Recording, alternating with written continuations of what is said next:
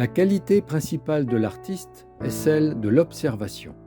Quel que soit le ton, quelle que soit la circonstance, quel que soit le lieu, quelle que soit la situation, tragique ou comique, elle ne peut émouvoir le public que si elle résulte, pour celui qui veut la traduire, de sa capacité à observer l'autre, à enregistrer le moindre de ses gestes.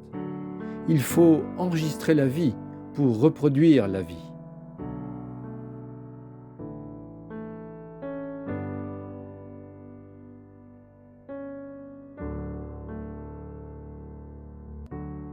Nous les artistes, nous les acteurs, nous les saltimbanques d'autrefois, aimons l'âme humaine pour en vouloir reproduire toutes les facettes, toutes les richesses, mais aussi toutes les vicissitudes.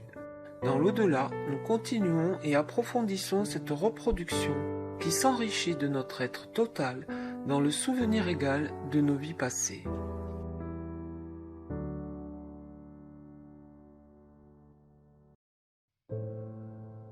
Le roman est aussi une façon de découvrir l'homme, de découvrir son âme, de découvrir ce qu'il est convenu d'appeler dans votre langue si belle les états d'âme. Il faut aimer le roman, il faut goûter le roman.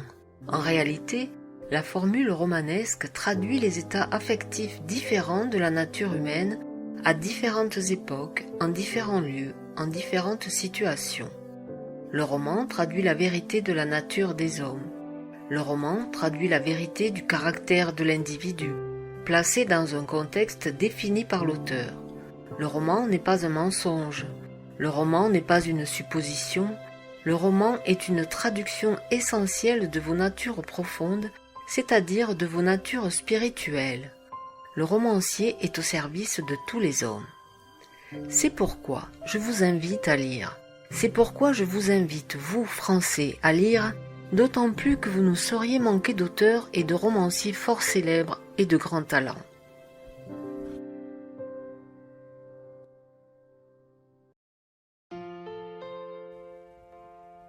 Mes chers amis, je fus autrefois sur la terre et en France ce que l'on appelle communément l'acteur.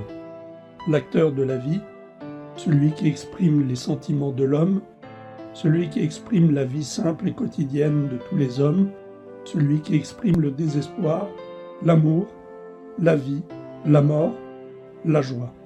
Je fus avec beaucoup de camarades, à l'intérieur du théâtre, celui qui a exprimé le plus souvent qu'il a pu, et aussi bien qu'il a pu le faire, toutes les exigences de cet art noble et réel dont vous avez tous besoin.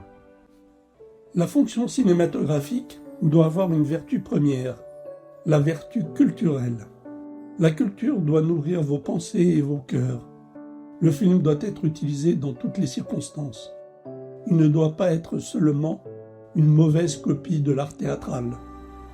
L'art cinématographique doit être utilisé ainsi sur le plan scientifique et sur le plan pédagogique.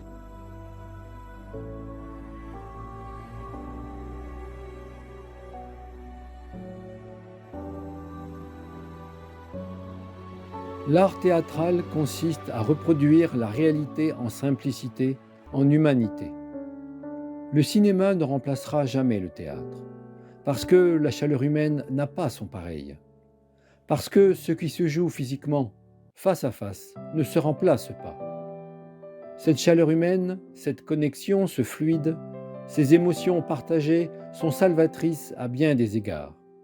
Et c'est pour cela que le théâtre m'a passionné et continue de me passionner.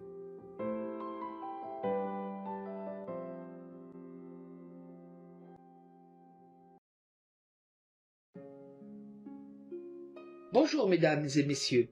Dans l'au-delà, nous vivons, nous vibrons, nous partageons, nous nous exprimons. Cette expression peut prendre différentes formes et pour ma part, je n'ai pas abandonné celle que j'ai désiré partager avec le plus grand nombre, à savoir le théâtre. Ah, le théâtre, en prose, en rime, du tragique au comique, en passant par le romantique. Je pourrais ainsi décliner tout ce que cet art peut exprimer des sentiments humains. Un lieu aussi de partage qui se doit de ne pas être réservé à une élite, mais à l'ensemble. exutoire de nos propres sentiments, pansement à nos vies douloureuses sur cette planète.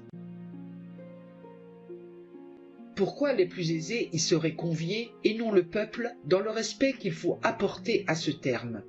De l'acteur au spectateur, vous êtes tous conviés à vous exprimer, car des talents en vérité se révèlent chez l'amateur. Le théâtre possède aussi ses vertus thérapeutiques, qui devraient, comme d'autres arts, être proposées sur l'ordonnance du médecin. À vous revoir.